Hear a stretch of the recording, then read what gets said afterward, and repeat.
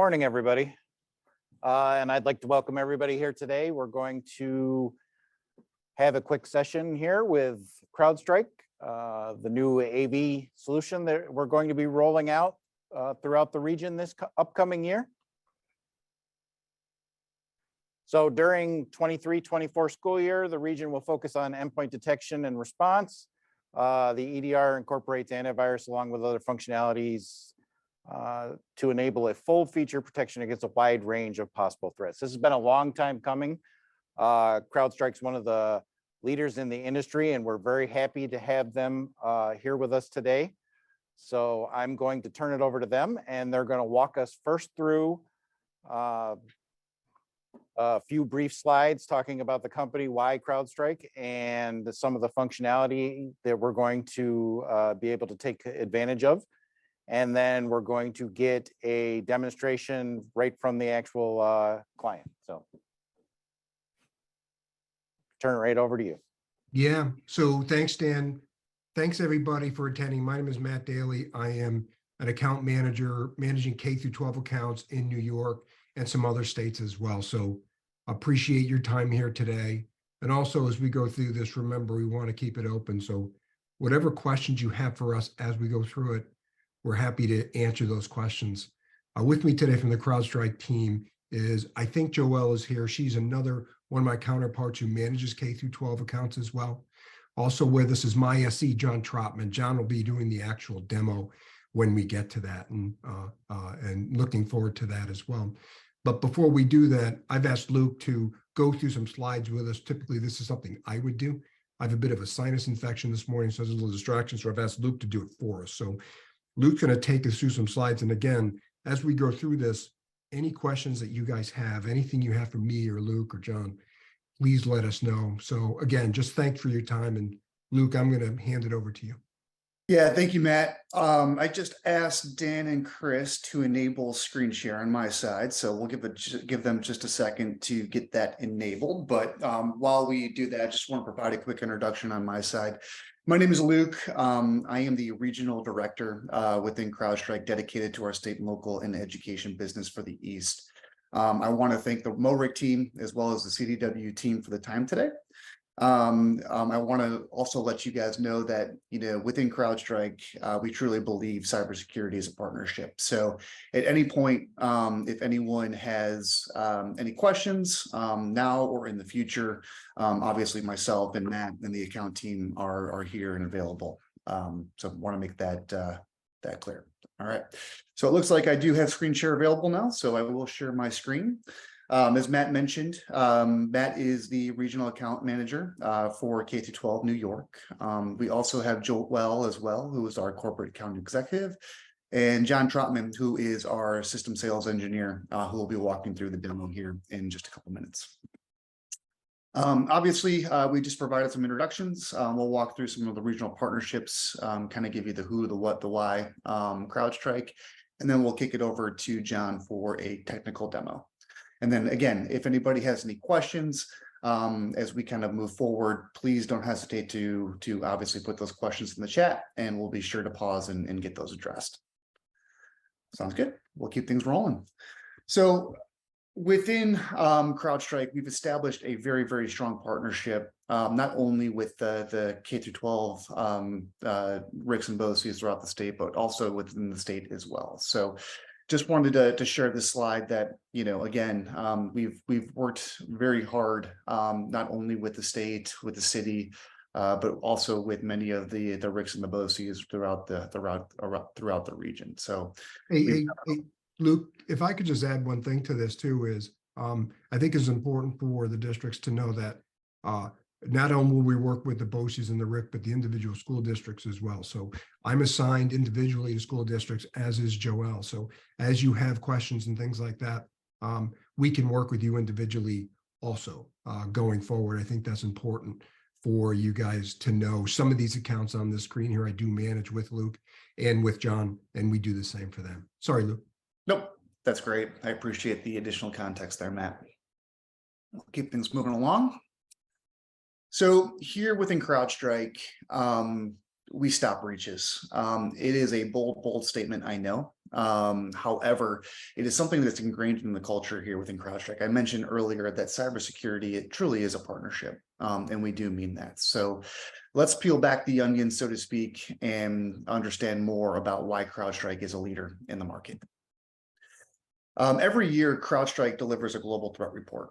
And in the origins of CrowdStrike, we track adversaries, right? We track nation state actors, e-crime hacktivists. In fact, we track over 200 different adversary groups. And we give these adversaries different naming conventions based on the origin they're from. So Bear is from Russia, Kalima, North Korea, Panda, China, Kitten, Iran, and Spider is e-crime. And what's interesting is back in 2019, we started tracking the time it takes an adversary to gain initial access and move laterally across the environment. And what we found out is the average time these adversaries are taking is just under 2 hours. As you can see from the screen up here, Russia is actually doing it the fastest in just under 20 minutes. So what does this mean, right? Speed is important. So within CrowdStrike, we've come up with this mantra internally, right? And if there's one thing that you take from the presentation today is 1-10-60, 1 minute to detect, 10 minutes to investigate, and 60 minutes to respond. And if you can do this effectively, right, the greater the chances are in stopping the breach. So again, extremely important when it comes to not only the mantra and culture here within CrowdStrike, but also the context that we're able to provide within the Falcon Council. So CrowdStrike is the leader and pioneer in cloud-delivered endpoint security. What we do is deploy a single lightweight sensor, and we start gathering telemetry and metadata from that sensor. So as it stands today, we're currently ingesting about 1 trillion cybersecurity-related events per day, right? Coupled in with the adversaries that we track, which is now over 200, and the thousands of IRs that we do every single year, really is the crowd in CrowdStrike. The ability to see things that are happening in real time and provide community immunity across our entire customer base. Again, it's something very different than I think, very different than other security providers are doing today, and maybe different than what you guys are used to.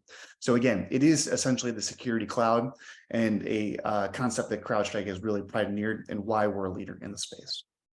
Matt, John, Joel, anything else you'd like to add here? No, I think that about covers it. Luke, it is important to know that CrowdStrike is first and foremost a threat intelligence company, which gives us an advantage, right? So as we track these adversaries, I think it's well over 200 now that we track. We know their behavior, we know what they do, and we take it and correlate it with all the events that we see, over 1 trillion a day, just like it says on this slide here, to provide, real-time protection to our customers. So no, so the cloud platform, as far as I know, Luke, is one of the largest of its kind. And this is the kind of data that you need and the kind of speed that you need to keep up with the adversaries. Yeah, appreciate that, Matt. Again, from an architecture standpoint, CrowdStrike is 100% cloud native. What we do is we deploy that single lightweight sensor. That sensor is roughly 60 to 80 megs in size, uses less than 1% of CPU, and does not require a reboot to install, remove, or update the sensor. It's actually a patent that we have that requires no reboot as we sit in the kernel level within Windows. In terms of endpoints that we protect Windows, Mac, Linux, as well as iOS and Android.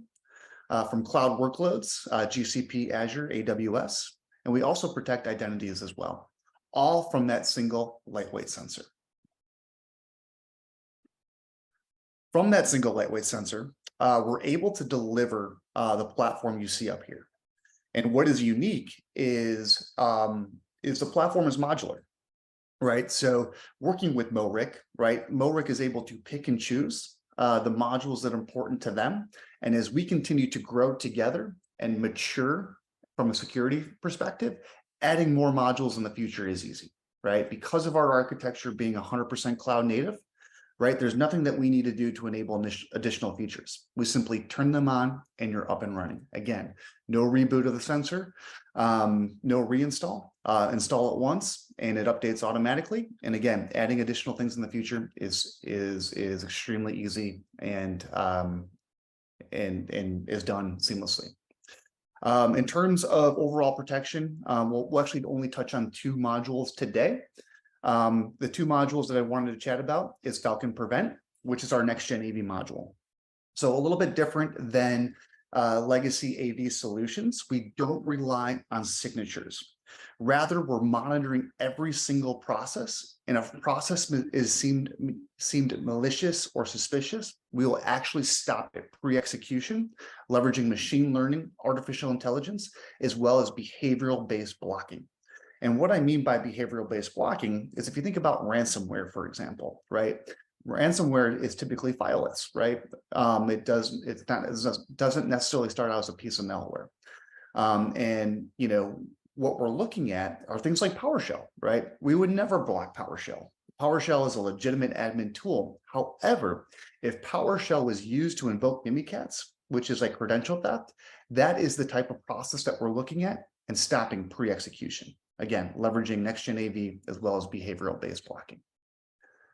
The next piece I wanted to talk about is Falcon Insight. Falcon Insight is our endpoint detection and response module. Prevention is not 100%, right? So what happens if something gets by? Think of EDR as DVR, is like a DVR for your endpoint. We're recording every single process that is happening on the endpoint.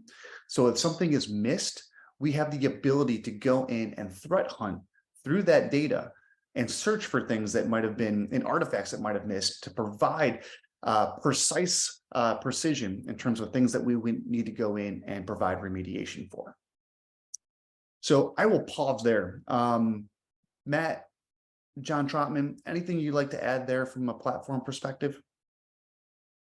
I think that about covers it, Luke. And if anybody has any questions about any one of these modules here, like I said before, I'm always available. John's always available to walk you through it, to give you a demo of these modules and what they do. I think the other important thing is once we do start rolling this out, you'll have all kinds of training modules available to you that can point out what these different modules do as well. I know John will point this out when he does his demo because he does like to advertise the great training that we have and the training modules that we have, which will be available to every one of the districts. So I would add that. And Luke, the only other thing that I would add to it is, I have been with Crowdstrike now for about 14 months. And prior to that, I was with a competitor of Crowdstrike and never really handled K through 12 exclusively before. And what I've learned about this and what I've learned about K through 12 in the past year is, and the challenges that K through 12 has is you're defending against all the same threats that we talked about before very quickly, but you're just doing it with less staff. You're doing it with less resources. You're doing it with less visibility and certainly less time. So all those challenges add up to just, again, why this platform can help you out so much, because it can do so much for you so quickly. So that's what I've learned working with K through 12 and the challenges K through 12 has exclusively that I've seen in my 14 months here, Luke. So just wanted to mention that as well, that the challenges to K through 12 that we see are unique. And we work with a lot of K through 12 customers, so we understand them and they're here to help. Yeah. Yeah, absolutely. You know, I think the only other thing that I'll add here, guys, is we do have a concept called the Crowdstrike store. So in cybersecurity, there is no silver bullet, right? There is no one vendor that does everything. And what is unique about Crowdstrike is we built our platform on a REST Open API.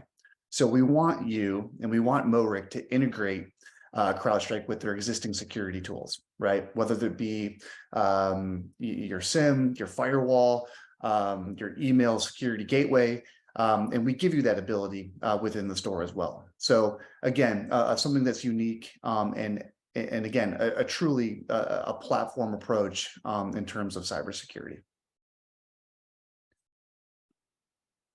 Last but not least, guys, I will leave you with this slide.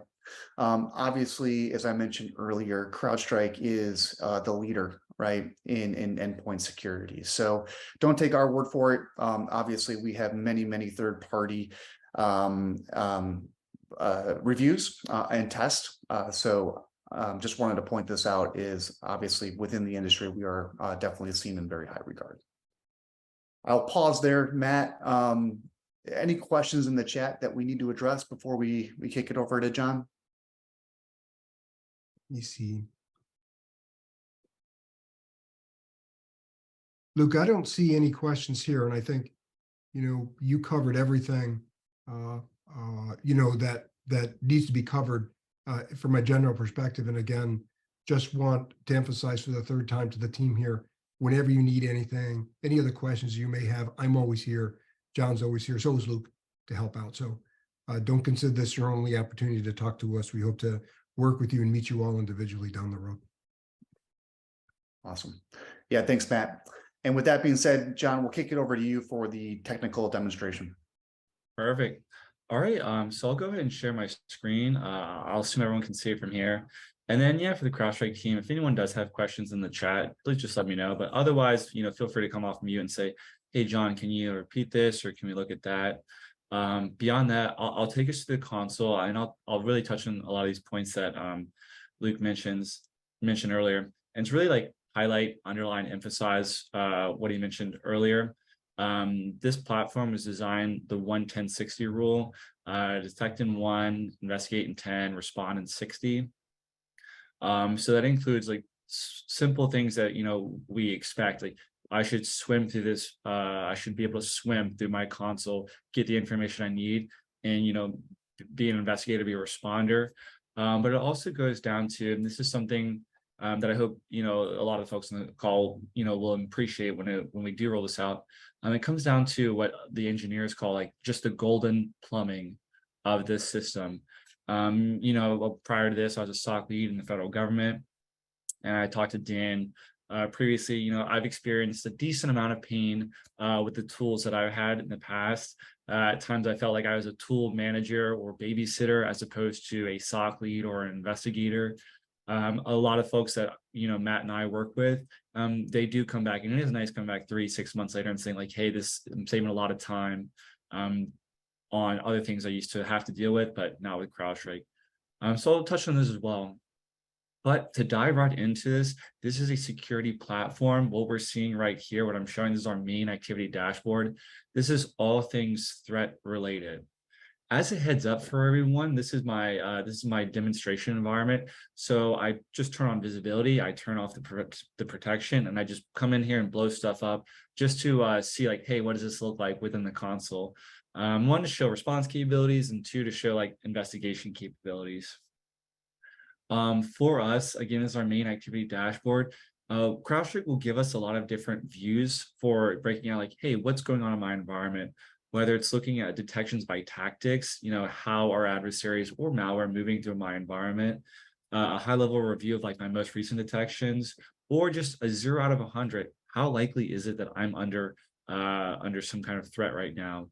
High, medium, low means different things, different times. But if I tell my boss, hey, we've been at a 5 for the past 12 months, and now we're at a 43, we both agree like something's going on here.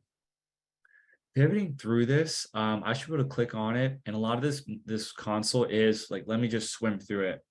I don't want to wrestle with my tools. I don't want to hop from this console to that. Just give it to me. We can come through, and we're looking at our detections, and that's what we'll look at first: detection capabilities. Throughout this, and I hope you all do enjoy it. I know different tools we have come from different backgrounds. It's easy to filter through, sort through. I can say, hey, give me everything for a certain host, the newest ones, or if I can even sort by threat actor. Luke and Matt mentioned, like, we are a threat intelligence organization. We track adversaries, and that's how we stay ahead of them when it comes to detection logic. And that's largely why I came to work at CrowdStrike about 2 years ago, because their threat intel team, they're sharp. Looking here, these are some attacks that we use from the playbook of Fancy Bear, Russian GRU. And I'm going to open this one up. Again, we turn on visibility, turn off protection, just to say like, hey, what exactly does this look like? This was not the one I was looking for. Let's go right here.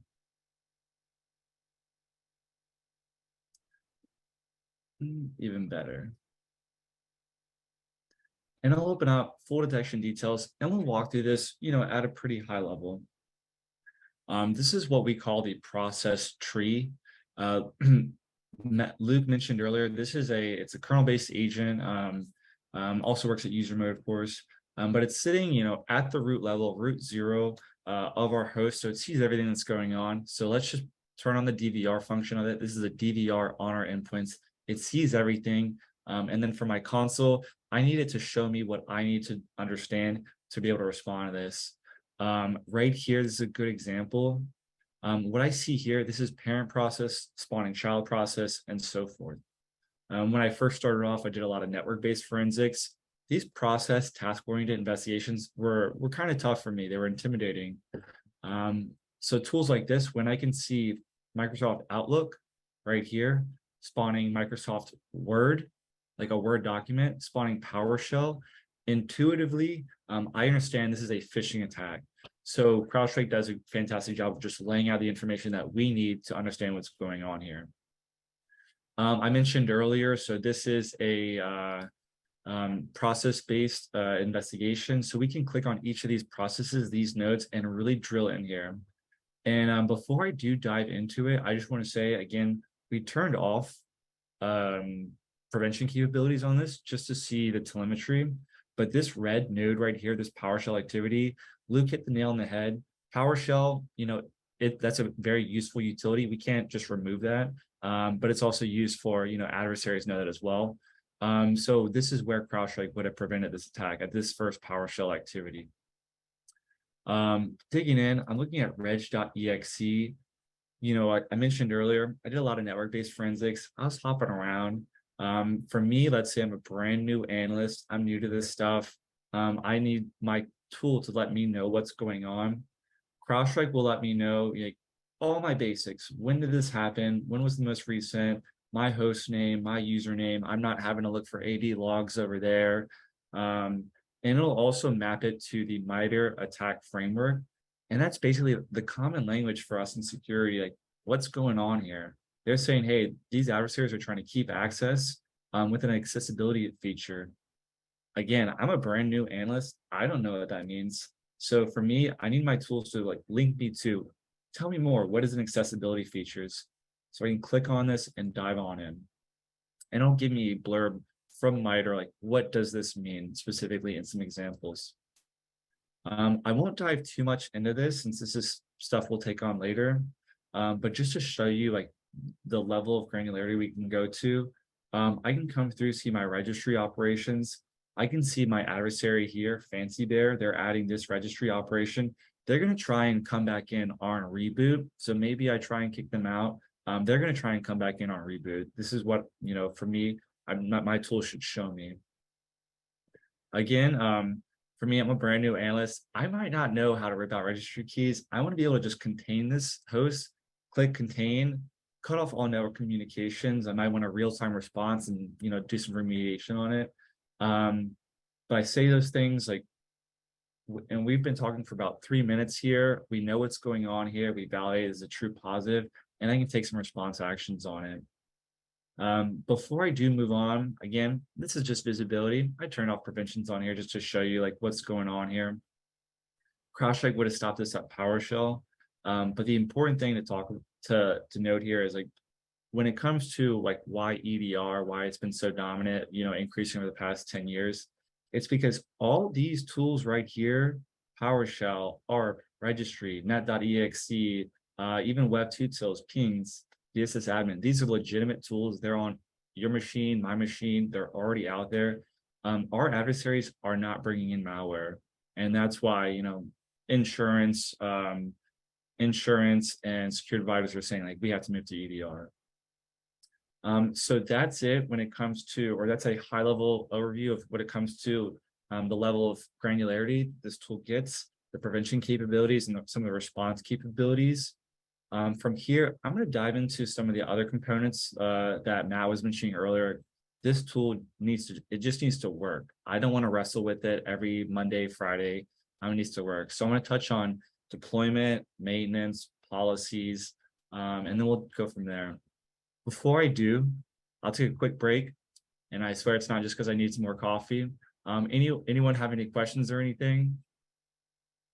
Yeah, hey, John, just a comment, right? Going back to that 1-10-60, right? A minute to detect, 10 minutes to investigate, 60 minutes to respond, right? You can see right here through the detection, right?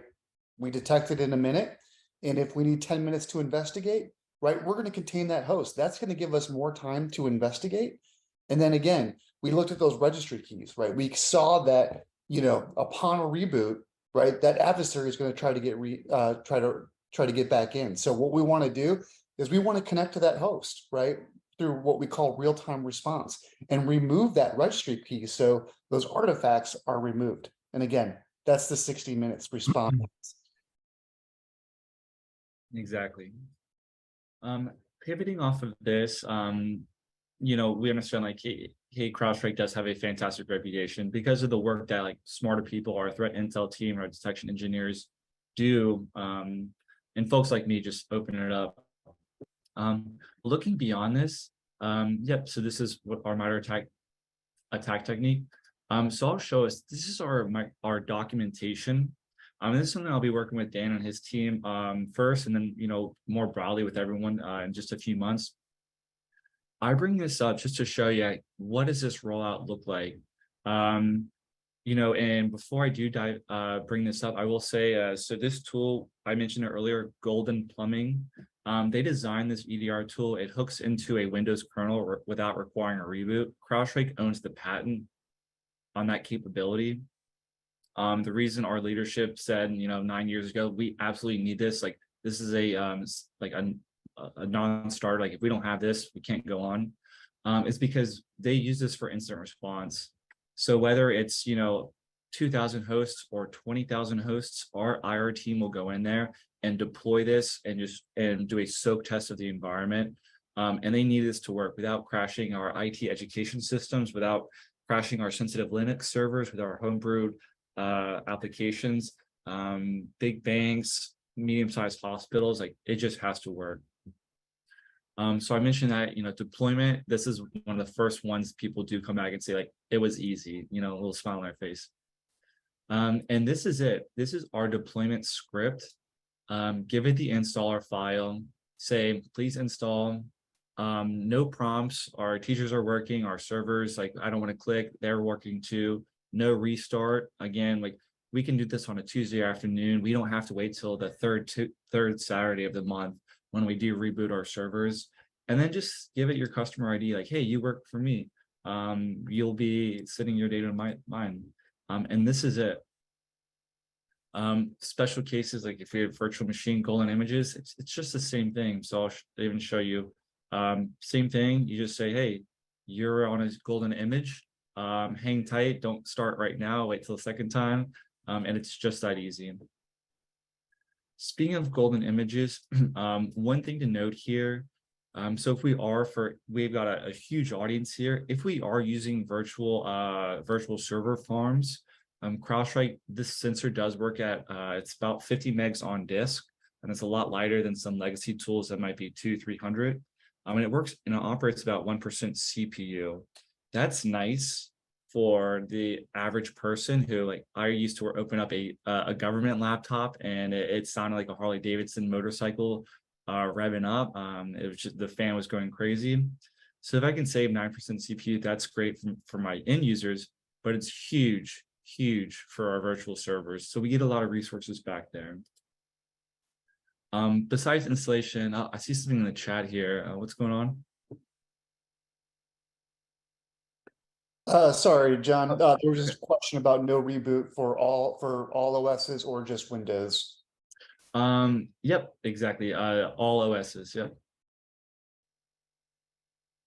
Pivoting on from installation to maintenance. I used to work in incident response consulting. There were some like quirks to it. For example, folks might call like 2 weeks after the fact, that made it tough.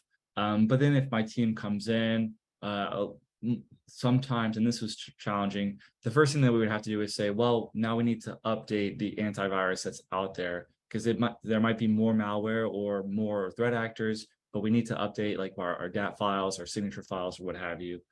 And it's surprising, but you do see it. With CrowdStrike, Luke mentioned is a software as a service. It's cloud-based. So we don't need on-prem update servers. We don't need to email our folks, say, hey, please VPN in before the weekend or else you won't get your updates. As long as these hosts have access to the internet, we just set our policy to give us, update automatically. A new sensor comes out, you update, and that's it. We can set settings like, maybe don't update like Saturday nights, 11 to 12. That's when we do server updates. If we ever need that. But vast majority of my customers, they say, hey, endpoints 1 version back, servers 2 versions back. And that's it. For me, I'm doing IT and security. I have other things to deal with. I'm not going to spend 4 hours a month clicking my 32-bit, my 64-bit, pushing 200 at a time. I just want it to update automatically. And this is it. This is our sensor update policy. It's just one drop down. You say, hey, don't let my end users uninstall it, which that's best practices, but that's it. There's nothing else we have to do. So when it comes to deployment, when it comes to our updates, like that's it. This is probably the easiest part of it. Again, and that comes down to the golden plumbing of how this software works. Hey, John, there was a question in the chat regarding, does Cylance need to be removed before CrowdStrike is installed, or can they run side by side? You mind addressing that question? Yeah, absolutely. And that's perfect too, because I was just about to go into our prevention policies. And for that, it might be helpful if I just open up our documentation and we can look at this. So I mentioned earlier, this tool is used by our incident responders. So when they come in, folks might have a different AV, they might have a different EDR. We still need to put out our tool. This is what our IR team uses. So yes, absolutely. You can deploy this EDR solution alongside another antivirus or EDR solution on your first deployment. And that's part of the reason why it's so easy to start up with CrowdStrike. On that, deployment, absolutely. Visibility, let CrowdStrike just turn on visibility and it can run side by side. And I'll say this now, and we'll work on this later, but as a heads up, we call it 3-phase prevention policy setting. So we might be familiar with other tools. Yeah, you deploy it first, then you turn things on later. The main thing is, and I won't go into too much detail, but when we go from phase 1, that's, hey, I just deploy it, let's get visibility. We're gonna go to phase 2. And we're going to say we're going to turn on quarantine. At that point, it's highly recommended to turn off your other AV or EDR. The reason is you don't want these things to conflict. Security tools are invasive. They poke around. That's their jobs. But if 2 things are doing at the same time, that's when you say, hey, we can go ahead and remove the other ones. But it's fantastic too, because you can do a full soak test and then start removing your other one gradually and turning on your other one gradually as well. So it's a nice step in, step out. So that's a quick overview of our 3-phase prevention policy settings. And then, yeah, more details on that to come. Does that answer the question? Yeah, I think that was perfect, John. Ultimately, to John's point, when you select a quarantine option, right, whether it's Cylance or CrowdStrike, right, by selecting quarantine, that registers within the Windows Security Center. Right. So to John's point, you don't want 2 AVs conflicting there, right? Because it can cause race issues and potential blue screens as well. But again, we will work closely with Dan. We'll work closely with the individual districts on this 3-phase approach. Moving on beyond just our 3-phase, but kind of diving into that one as well. So I mentioned, I've been on IR responses where the first thing we had to do is update our AVs. And then another one was just turning things on that, should have been on. And the tough one is if my tools are a little bit too complex, if they're not, working for me, that's an issue, right? We can expect, we follow the standards of fault-tolerant standards. So if our tools aren't readily available for us to use and leverage most effectively, we can reasonably expect that things might fall through the cracks. Another thing that Crowdstrike does a fantastic job at is their UI. This is pretty simple. This is our prevention policy settings. It's toggles. I'm not hopping into a Linux server, typing in custom settings or custom scan modules or anything. I'm going to come in here and turn this one on, turn that one off. But in these prevention policies, those 3 phases I mentioned earlier, those are out of the box. When you first log into your instance, you're going to see your three policies already set up for you in best practice. And this is just to show you, like, hey, like, there's nothing special or complicated about this. It should just work, which it does. While I'm on a prevention policies, like we talked about, like, hey, it's out of the box, you know, it's simple, it's direct. I will mention this as well.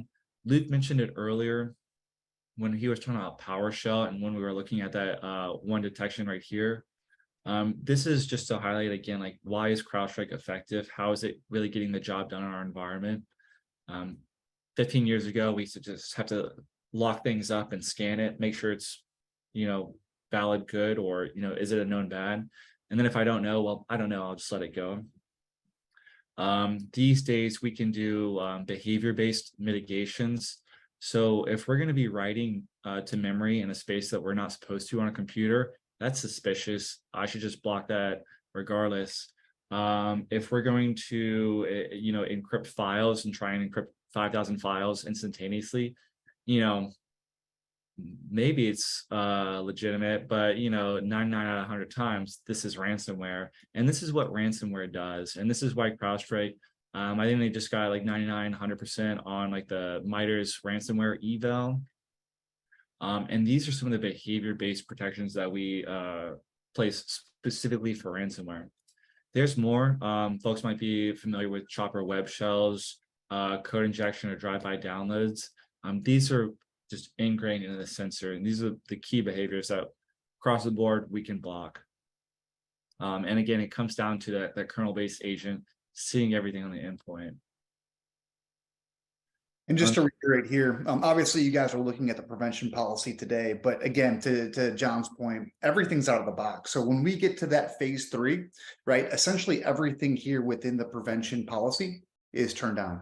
So you'll never have to go in here and change anything, right? Obviously that's what Dan and the MORIC organization is here for. So we'll be making sure that everything is fine-tuned and aligned to best practice. Mm-hmm.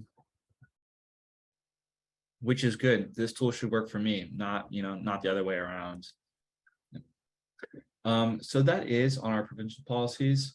I see we have about like just shy of like about 15 minutes left. I want to touch on a few other modules, just like hey, like let's look at beyond just the core, like what else is possible. Any questions? Or Matt, Luke, would you say, I also want to touch on like the university courses and things like that, but anything that you want me to bring up? What I'd like to see, John, one of my favorite screens in the entire UI, and sorry to kind of pivot here or put you on the spot, is doing an event search, right? Obviously, the event search has many different purposes when it comes to investigation, right? But we also know that students can do a lot of different things, and or finding a specific executable or a specific process, you know, can be difficult. So I just wanted to highlight this here because I think it's super valuable. And I think a lot of the individual districts can use this for many different things. So for example, right, let's say you wanted to understand what hosts, right, are using a specific executable. And do me a favor, John, let's just search backdoor.exe. So we're just doing a broad search here, guys. This is just a, hey, where has this executable ran? And this is a great one too. Luke doesn't know this, but I'm about to demonstrate, like, hey, perhaps I am like a brand new analyst and I'm not sure how to search for this backdoor.exe. We do put out documentation. It is pretty straightforward. We can just pull this up, search it. It's just a quick parameter field for us. Oh, my documentation's being, here we go. So if I'm not all that familiar with searching, I might just come out here and say like, hey, I know what I'm looking for. This one right here might get us there. So I can pull this query for us. And again, this is one, you know, kind of like art of the possible here. I can come out here, throw in my my parameters, say, hey, across all my hosts. And then I just want to say like, hey, I can see right here for my query. I can search for, anything that I put in there, right across the table. And we'll open this up to 7 days and just search just like this. And we'll see what we get here. Yeah, and it might take a minute or two for it to chug through, but essentially, whether it is an executable, right, or show me every computer that went to bing.com, right? This is the type of capability, search capability that we can provide within the console. Yeah, none coming up right here. I will say, Luke's mentioning URLs as well. For me, because I was not a Splunk ninja, I used a lot of different tools, but a little agnostic to it. But for me, if I have a tool, if I can just hop into my bulk domains and just look, hey, if I want to just throw in any domains, he mentioned bing.com. If I want to just come out here, search for it, it's that easy. I see, hey, we can do multiple at a time. Search right here, and it'll bring up like, hey, here are the hosts that look it up. Here are the processes that look this up across the board. That's nice right here. We could also think about things like if we're looking up like Minecraft or what have you, something more like related to like our clients. Beyond that, two things I do want to bring up. So what we've covered so far is like 1, efficacy, 2, deployment, 3, maintenance. And we looked at like some of the capabilities of event search. Matt mentioned it earlier, and he's right. I've done it 50 times before. I'll do it 50 times again. I always bring up Crowdstrike University. For me, when I was looking at procurement, I was always thinking like, hey, great today, but what's going to happen in 3 months or 6 months? Like, where am I going to be? Where's my team going to be? Crowdstrike does offer first one, starting off, Crowdstrike University. We have a certification program. If you want to get certifications, if your team wants to, you absolutely can. And I offer this now. I always offer it. I'm always super excited when folks do go for any of these. If you do, just email me. Hey, John, I want to take this certification. Can we meet 15 minutes and talk it over?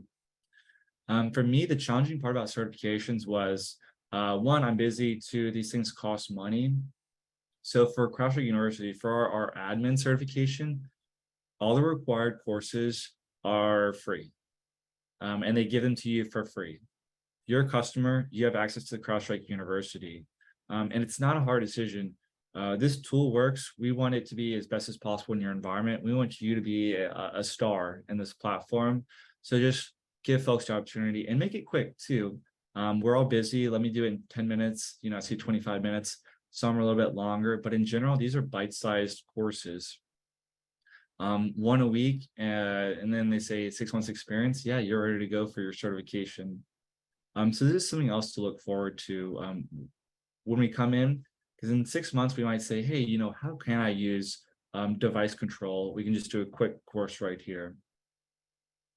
And beyond that, so these are like perhaps module specific, or like, hey, basics of investigations. Again, these are free courses. They also put on regular webinars. So for anyone who's brand new to the console, brand new customer, or maybe I just had a brand new analyst come on, I can say, hey, take an onboarding webinar. You're going to learn about how deployment and management works, on your own time, whenever it's convenient for you. For me, like, I'm always busy in the next 2 weeks, but John Trotman in November can do this, so I could sign up for them. And these are different regions as well. Beyond like, that one onboarding, we won't need this too often, but best practices on prevention policies, deployments, investigations, they'll talk more about event search here, like Luke mentioned. It's just always at our fingertips.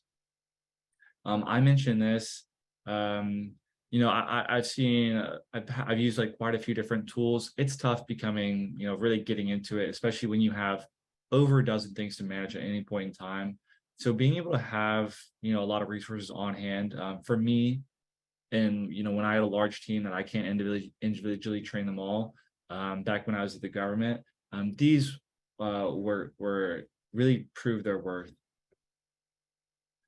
There's a few more things to cover. Before I do, I'll take another pause. Any thoughts, questions, or anything so far?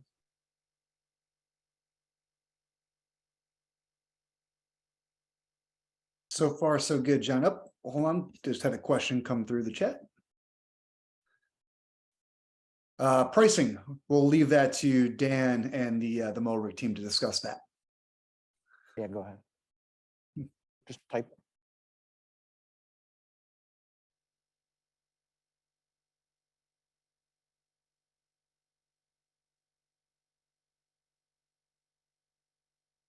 Get another one right here. Name is anonymous. John, this is such a great presentation. Thank you for your enthusiasm. Wow, thank you. You might think I might have just made that up, but I swear it's in there. That's looking like, oh, John, I don't see that question in there. It's there, man. It's there. I'll bring up perhaps Spotlight, Luke, or if there's anything else we want to look at. Yeah, I think we'll go ahead and leave that for now, John. Yeah, if that's still being discussed with the MORIC. So with MORIC. So we'll pause there. Obviously, we went through a lot today, right? We went through who and why is CrowdStrike. We went through a demo of the platform, went through some of the prevention policies. So again, just want to thank everybody for the time today. We'll kind of just leave it open here for the next couple of minutes to see if we get some additional questions in the chat. But other than that, I guess we'll just ask Dan and the MORIC team, is there anything else that we might have missed or anything else you'd like us to touch on?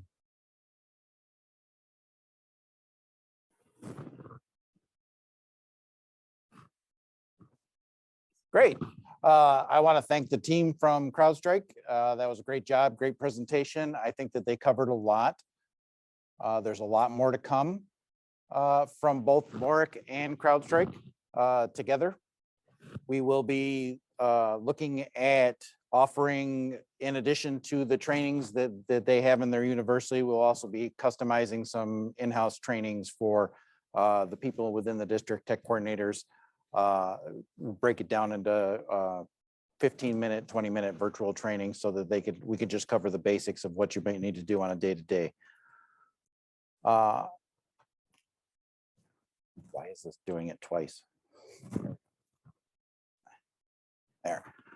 So I just wanted to briefly talk about the implementation timeline. So we are doing, today is March 8th, we're doing the regional overview. In April, we will start the pilot deployment and continue on from there. So this is right now the timeline that we're looking at. This may change based on, if we run into anything that we didn't account for. A couple of the questions that came up during the presentation. One of the things that we'll be looking at, while CrowdStrike specifically does not require a restart to install, there will be a restart required to uninstall Cylance. So we'll work with the districts on how that flow will work, pushing out CrowdStrike, and then scheduling that uninstall for Cylance for the next time that computer restarts. So, but we'll work through all that with each individual districts. We'll be reaching out to districts in that May to June timeframe to start switching over those districts that purchase antivirus from MORIC so that we can have CrowdStrike within your district before July 1st when Cylance licensing will expire. So a lot more to come with that. I appreciate everybody's time today.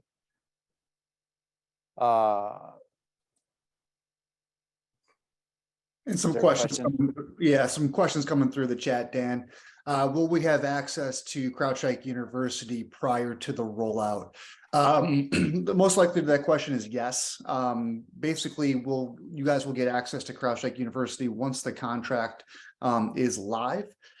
So we will work with the MORIC team to get you guys access. We'll create a Google Doc, an Excel spreadsheet of all the individuals at the districts that would like access to CrowdStrike University. And then we'll work with you guys individually to make sure you get access. Yep, so I would anticipate, we're looking at the mid-May timeframe for that and to allow access to the university at that point in time, right about the time we start deploying out to the districts. That is currently the plan, so there's just a little bit more information on that. And Dan, also, I should mention that in the past with other RICs, we have invited some of the folks from Crowdstrike University to come on and talk more about it, what classes they might recommend, and how to leverage the platform more completely. So happy to arrange that with you and your team when you're ready. Another question, Ryan. Yes, so MORIC FTEs will be provided training if they're responsible for that within your district. As part of the implementation, we will be reaching out to each individual district, working with that district to determine who's going to be responsible for the day-to-day overviews and operations, and we'll provide training to those people that are identified at that point in time.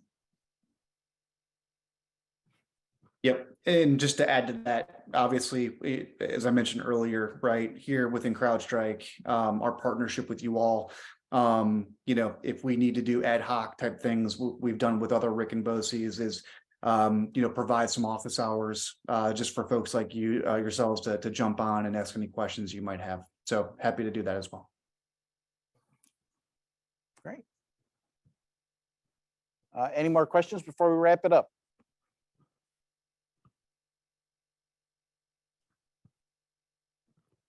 Great. So I appreciate everybody's time. A lot more to come. And we look forward to an exciting new year and rolling out CrowdStrike throughout our region. Thank you all. Thanks, everyone. We appreciate it. Thanks for the time.